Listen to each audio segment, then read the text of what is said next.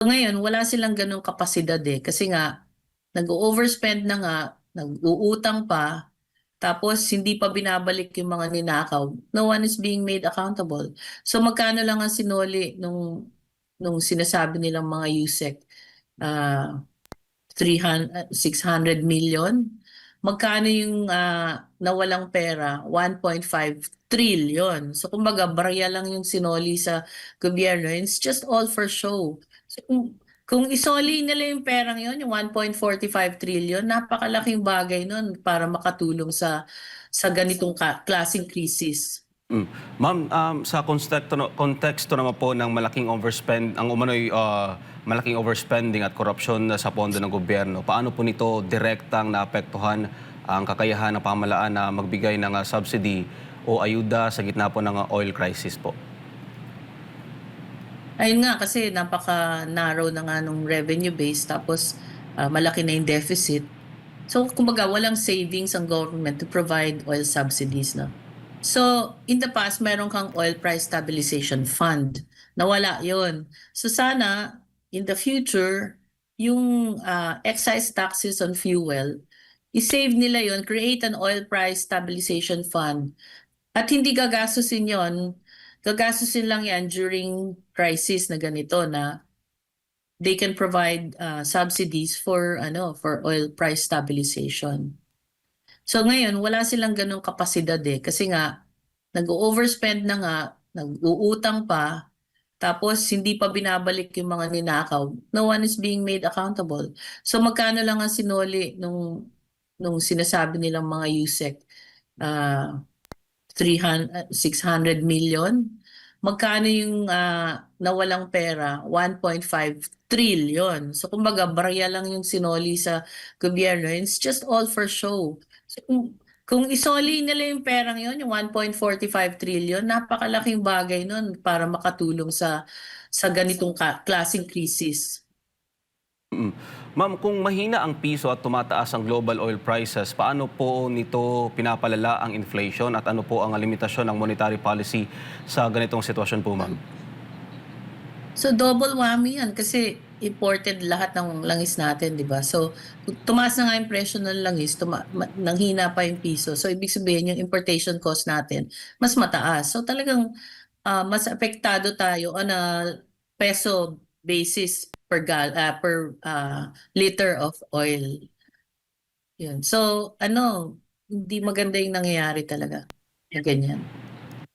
Ma'am, gaano po ka-sustainable ang patuloy na asa ng ekonomiya sa OFW remittances bilang panangga laban sa recession, lalo na sa harap ng global uncertainties po?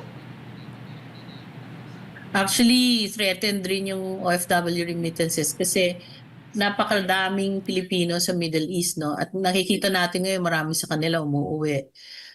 Hindi ko alam kung yung nandoon na retain nila yung trabaho nila dahil nga medyo affected rin yung economies ng mga countries doon sa Middle East, especially yung UAE tsaka Saudi Arabia, kung saan binobomba rin yung mga strategic facilities nila, no?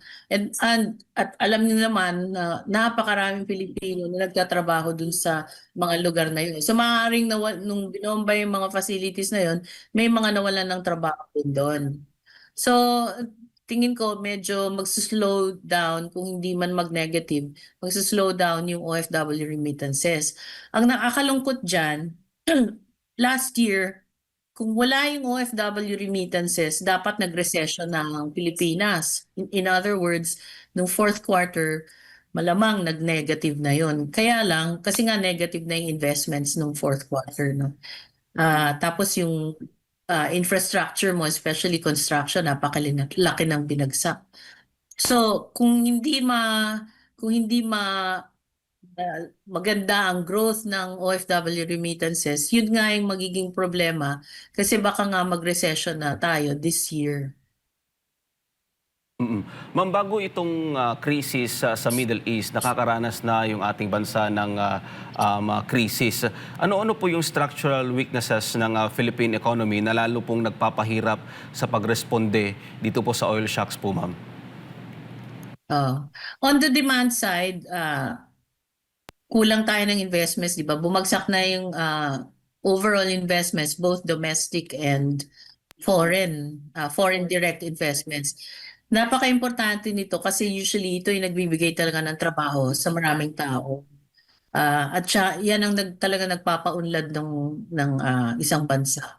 Kalawa, yung infrastructure na dapat na bibigay ng gobyerno, na-curtail din yon kasi nga they're trying to correct the corruption, no? Pero makikita mo naman napakarami pang unprogrammed funds na na-allocate for the 2026 budget. So that's on the demand side. Wala naman tayong asahan sa trade kasi mas malaki talaga ang imports natin kesa sa exports. On the supply side, yung structural mo diyan, problem mo, napakahina ng agrikultura. Okay. Agriculture only contributes 9% to total GDP. Yan ang pinakamahinang sektor sa ating ekonomiya. At nakikita natin na ngayon, wala talaga support ang binibigay or kung meron man, napakakonte, no? Ang mahal pa ng fertilizer. Tapos ngayon na tumaas pa ang oil prices, lalong tatamaan yung mga agriculture products, fisheries, tsaka kasi gumagamit rin sila ng crudo eh. Unang-una sa mga fisheries, yung mga bangka nila gumagamit yan ng diesel. Tapos yung sa mga gulayan, sa mga farms, syempre pag transfer nila yung farm to market, gumagamit rin ng gasolina yan, di ba? So, talagang kailangan palakasin ng agriculture at saka fisheries, no, para ah, tumatag kasi maging self-sufficient tayo pagdating sa food kasi right now nag-i-import din tayo ng rice, kaya nga tatamaan din talaga ang food inflation dahil sa rice kasi malaking inaangkat natin na bigas. Yun nga pong nakakalungkot, ma'am, kasi imbis na tulungan yung ating magsasaka ay kahit ma'am, yung mga kababayan natin ay hirap din or nahihirapan din yung ating gobyerno na papasukin yung iba pa nating mga kababayan na mag-engage into farming kasi nga yung mismo mga magsasaka natin nagsasabi na mahirap ang magsaka, ma'am.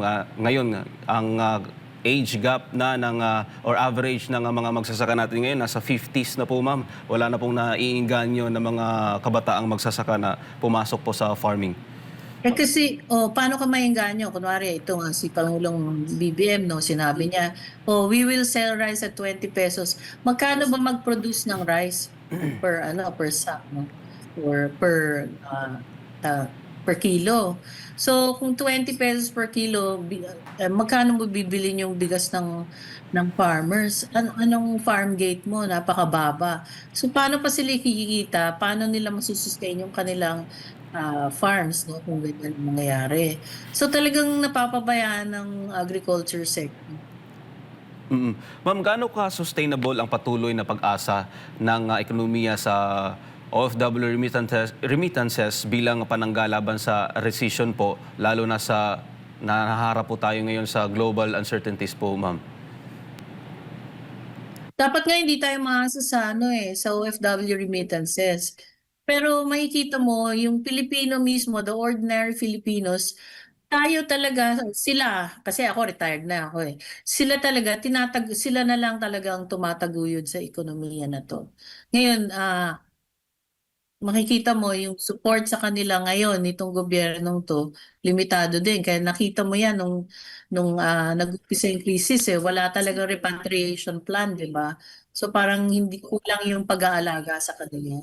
Pero sa akin, sa totoo lang, hindi dapat tayo maasa. Kaya lang, dahil wala nga trabaho dito sa Pilipinas, nag-abroad na lang yung mga tao para maghanap ng trabaho. So yun ang nangyayari and it's become a vicious cycle para sa ating ekonomiya na hindi ka nais-nais talaga kasi dapat at tingnan mo ang nagpapalago na nga ng ekonomiya itong OFW remittances tapos inaaksaya pa ng gobyerno yung pondo na nakokolekta sa ekonomiya dahil sa corruption. So makikita mo yung nando sa itaas parang ginagatasan yung sa ibaba.